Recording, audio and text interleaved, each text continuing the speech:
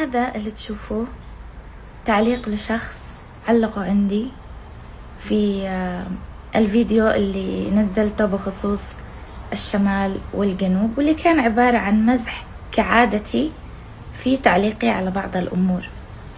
قال بدون ما تقولي باين هندية. طبعا هذا تفكير كثير من الناس اللي للأسف اللي على أساس لما يشتوا يحسسوا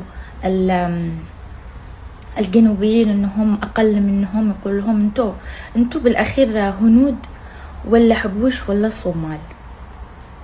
ما لهم الهنود وما لهم الحبوش وما لهم الصومال.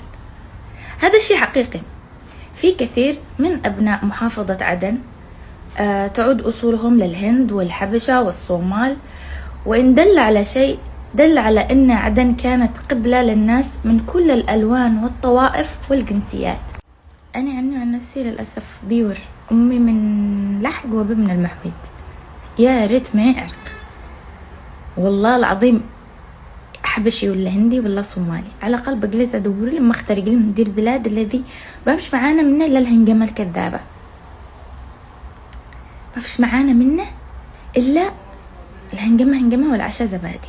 نجلس نتعنصر فوق الناس ونجلس نحسسهم بالدونية وإنه نحن أحسن منهم. الحقيقة لا، إحنا ما فيش عاد أسوأ من اليمن. إحنا وصلنا الوقت اليمن هي تعتبر يعني أسوأ مكان إنه يعيش فيه الإنسان في كوكب الأرض. الدول هذه التي أنت تتكلم عليها دول الهند معاهم برنامج نووي. الصومال والحبشة روح شوفهم، صناعة، سياحة، اقتصاد، نظافة، جمال. انت ايش معك؟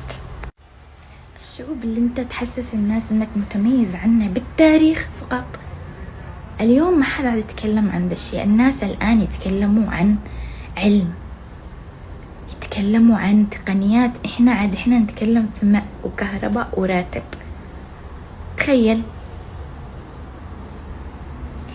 وجالسين نهنجم فوق الاخرين انه نحن اصل العرب. هدول كمان على فكرة معهم تاريخ ومعاهم حضارة لم مئات وآلاف السنين، من الشعوب السامية. يعني الميزة اللي معاك هي موجودة مع الناس كلها. لا تكش تذل الناس انك اصل العرب. نحن نتكلم عن حاضر ده الحين. الحيوان في الخارج معه جواز، معه كشف تطعيمات، معه تأمين.